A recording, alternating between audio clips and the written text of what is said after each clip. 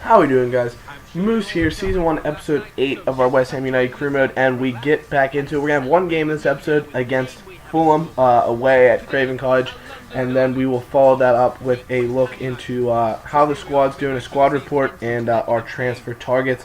As we take a look at the table, and currently we're in 7th, Fulham sitting just 2 points behind us in 8th, so obviously their fate in FIFA is much better than their fate in real life, but that said, they have Clint Dempsey. The American has 5 goals in all competitions. You can see from their starting lineup, playing a similar 4-2-3-1 to us. And you'll note when you see our lineup, Andy Carroll back in the starting lineup. You saw he came back from his injuries, and he's back in the lineup, which is fantastic.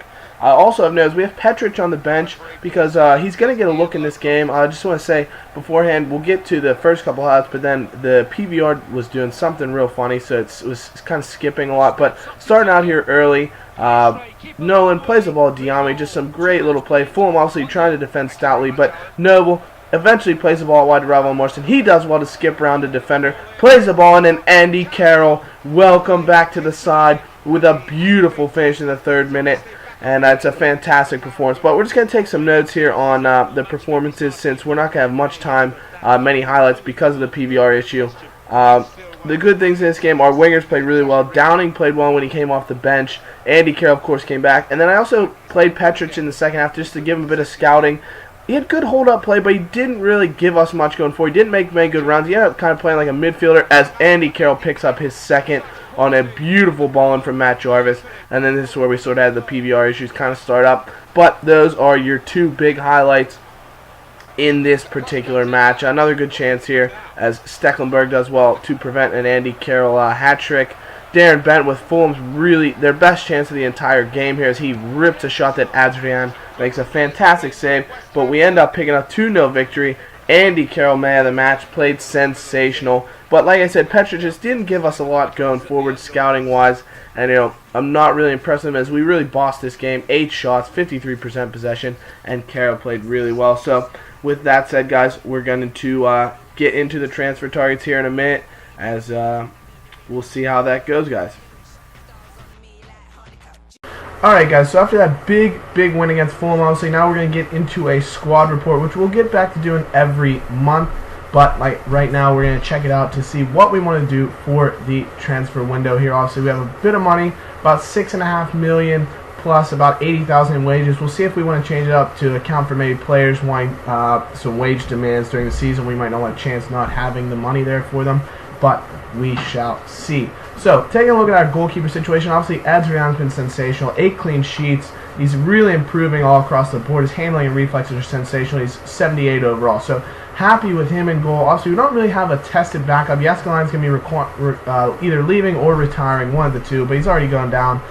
Henderson's 70 overall at 25. He's not a bad backup. He's going to come back from loan at some point, and we'll see what the thoughts are on him. We could sell him and sign a better backup goalkeeper, or if we don't want to challenge Adrian too much because we don't want to take that risk of him, being upset, maybe we'll just stick with Henderson. Let me know what you guys think about that. For right back, Guy Demel has been sensational. He's got 5 assists. He's playing really well, but he's 32 years old. He's losing physical attributes. You can see he's losing technical attributes. It's a wonder he's still only at 70 overall. He's been really good, but that said, we don't really have many other options. So we'll see if we can get through the season with him. But if we have to use the money we have for fullbacks, that could be somewhere we will go. I have a bunch of ideas in mind in terms of that, and we'll see what you think about that. Spence is a decent fullback. He's obviously on loan. He's only 67 overall. We're hopefully can get him up into a decent range. So he would be a good backup, maybe even potential starter. But he's not Premier League ready yet for us. He's playing MK Dons, and he's not ready for us. So we definitely want to improve in our fullbacks. We have obviously at center back. We have Reed and Tompkins are an unbelievable pairing with Collins as well. But Collins is 30 years old. He's not declining yet, but he is 30 years old, and it might not be someone. He's not going to be able to stick around the team for much longer, so we do need some center back depth. Obviously, Chambers is basically our next option there. In terms of left back, like I said, Raz Van Rij, he's played really well for us. He's got a 7 average, which is really good. His form's been sensational. He's played 18 appearances for us. He's been a great player, but he's down to 71 overall already, and he's only going to keep going down. He's losing attributes across the board, and we're definitely going to have to make a move there to bring in someone of a bit better quality. Obviously, we have O'Brien behind him. who's a good player. 70 overall. He's done really well when he's come in. But that said, I don't think he's the long-term answer for us. So if we can get a nice, solid, young fullback who can play on the right and the left, or just get a left back and a right back to slot into the team, that would be huge for us and something we're probably going to have to look into. CDM, I'd be fine with getting rid of some of these guys. Diarra is not going to get into the team. He's had 2 appearances. He hasn't really impressed me in either. He's going down. He's 32 overall, so we'll cut our losses with him and send him out if we can. Obviously, we have Noble and Diame currently in those holding roles in terms of center midfield. We also have Collison there, who we'll get to. So I don't think we really need anything in terms of CDMs. Obviously, we could improve there theoretically because you can always improve. But that said, I'm happy with that partnership and don't really need anything at this moment in time. Vazte, he's played 14 games. He's only scored once, which is disappointing for a guy who was a striker, was a top scorer for this team at one point. But that said, his contract's expiring. He's not on huge wages, so I think if I could re-sign him for 15, 20K, I wouldn't be opposed to it, maybe just for another year to see what he can do. He's not a bad player. He's a good player to rotate in. So we'll have to see. He obviously provides us depth at a couple of positions, striker and midfield. Downing is a guy that I was looking to sell, to be honest, when I first got him in the team. He didn't impress me, but he's played well of late, and unless I got a really good offer for him, $4 million, like at least what we bought him for, $4 million, I would probably not be willing to sell him. He's got a couple of goals, couple of assists, and he has played fairly well. He's 29, so he's only got a couple of good seasons left with the team. But that's he's one of our best overall players in terms of overall, and he has decent attributes that he could continue to find a place, at least rotating into the team behind Ravel Morrison. There's a couple of guys that we could get rid of. Obviously, Noble and Diame have been sensational for us. Mark Noble's been unbelievable. 2 goals, 5 assists. Player of the month at one point. And he's just been really, really good. So happy with him. Happy with Diame. Collison's been a good backup. Obviously, he complained about playing time at one point. But he's got 13 games. He's not played poorly. He's not played great. He's just someone that we can keep rotating into the team, and I'm happy with. Jarvis on the left. We don't need any attacking midfielders in terms of wingers because Jarvis and Ravel Morrison seem to have wrapped those spots up. Jarvis has been sensational. 4 goals, 5 assists in all competitions. Been playing out of his mind. He's only 27, so he has plenty of great life left with the team. He's got great pace. Love his sprint speed. Great crossing and dribbler, so he's just been sensational for us, and his finishing has really, really surprised me. Taylor, someone we can definitely get rid of. We don't have to, but he's a guy that he's 32. He's declining. He's not really been getting into the team, and when he has, he's played pretty poorly. So we don't really need him, and he's someone that I would be fine with offloading. Morrison, 7 goals, 6 assists. What can I say? This guy's been unbelievable. He's only 20 years old, and he's going to be a fixture in this team. He has a lot of versatility, which kind of conflicts with potential ideas I have about the way some players I want to bring in. But he's played in that right advanced midfield position. He's been fantastic. So if we stay in that 4-2-3-1, he really fits in there. And then if we even switch to like a 4-1-2-1-2, he can play in a cam position. He can play in right midfield and do a job. So he's someone that I think really fits in this team. Nolan, he's played really, really well. I can't say enough about how well he's played. He's been in great form. 2 goals, 3 assists, which is low for him a bit, but that's because we have the guys playing out wide of him scoring goals, Jarvis and Morrison. But he's been really good, but that's he's 31. You take a look at his stats, he's starting to decline a little bit, and that will lead into a player I'm focused on for next season that could force Nolan out of the team, but is really going to improve us overall. Joe Cole, contract expiring 6 months. We're not going to renew it. We're going to let him go. He's on too big of wages to re-sign. He really hasn't impressed me when he's come into the team. So, love Joe Cole, but it's a shame. Maiga's a guy I'll probably transfer list him because he's played poorly. Carlton Cole's definitely lapped him up, and there's some potential attacking talent I'm looking at bringing in. 1 goal and 9 appearances in the Premier League is not enough.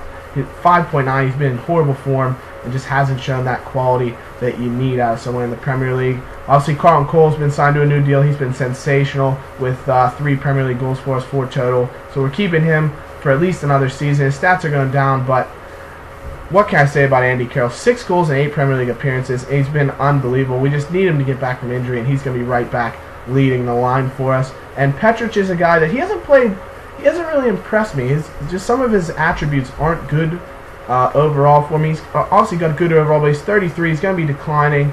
He scored 3 goals, but he hasn't impressed me at all. And he's someone that, we're going to either sell, because his contract is fine, we're not going to re-sign. We're either going to sell him or look to put him in a swap deal to help us save some funds and maybe allow us to make some moves. So that said, we're going to move forward and look at our short list. Some players I'm interested in terms of where we need to improve. Definitely fullbacks and maybe strikers, as well as that cam position. And the first guy we want to talk about is Clement Grenier from Lyon. He's 22, but he will be turning 23 in 7 days. I know he turns 23 on January 7th, and his contract is expiring in 6 months. So that said, we're going to wrap him up on a pre-contract, hopefully as soon as he becomes available too, because he's a guy, I said I wanted someone to be able to take spot kicks, free kicks, corners. I don't have anyone with that kind of ability, and he fits that and more. Great short passing, long passing, free kick accuracy. His curve's very good. He's a great shot power. His finishing's not great, but with the wide players we have scoring, he's been sensational. He's definitely faster than Nolan, so he can fit into our attack a little bit wider. In terms of our counter-attacking, he would be able to keep up a little bit better. So he is the first signing we want to make on a free transfer in this window. We got a couple other guys that could be future thoughts. Gold, obviously, he's young, but he's got great pace, and he's a cam. So, obviously, if Grenier didn't sign for some reason, this would be a guy we'd look at maybe in the future. We definitely want to look at improving center backs. Shaw might be a bit out of our price range, depending on what we can do. But these two guys, Lascelles and John Anthony Brooks, are some great young players with good height, good movement, and would really slot into the team great. That I'm probably going to try and bring one of them in, because they don't have to slot right into the starting lineup. They can rotate in behind Tompkins and Reed, but we're going to obviously need a third quality center back for when Collins has to make his way out. So that's a thought. McKecker and Bradley are great CDMs that I was talking about in terms of maybe guys we're going to look for. Probably not this year. Bradley would be out of our price range, but I would love to bring him in for next year. He's a fantastic player. I love using him. I think he'd really slot in well besides Noble or Diame, regardless of which of them is in the team, and really help us out. So I want to look for him for next year, but he's on the short list, obviously, just to keep that in mind. Schmeichel is what I was talking about for goalkeeper. If we want to sign anyone on a pre-contract, his contract is expiring, and he's a good player. Obviously, he actually could contend for the starting job even with Adrian. He'd be a little bit behind him, but he's not a bad player. Definitely a good replacement. So if we do want to get rid of Henderson, this would be a guy we could slot in instead, which would be very good. So let me know what you think about potentially bringing in Schmeichel. Now in terms of fullbacks, this is what we're going to get into it. Butner would be huge. I love fullbacks that can get forward, really good technical and running ability on the ball. So he'd be someone I would love to bring in from United. Luke Shaw, obviously, that might be a bit out of our range at this point. Maybe next year if Southampton do want to part with him. Sterling, just someone for the future, maybe even on a loan. I was looking at wingers, and he could be possible. But this is the guy. If we're going to look for, I think, trying to keep it a bit realistic, this guy doesn't have the best potential. It's like 79, 80 maybe. But he is a great player. Really great work rates, high. Great speed, ability, stamina. He moves the ball well. He crosses really well, which is something you want to see from your right back. And he's someone I think could really slot into the team. And we're actually just going to inquire about him straight away, because he's one of my primary targets in terms of ability here. And my other target, Micah Richards, obviously he's not Manchester City's first choice right now. They love Zabaleta, so he could be someone that if we can get him on the cheap, maybe. But Adam Matthews is my other real big interest here.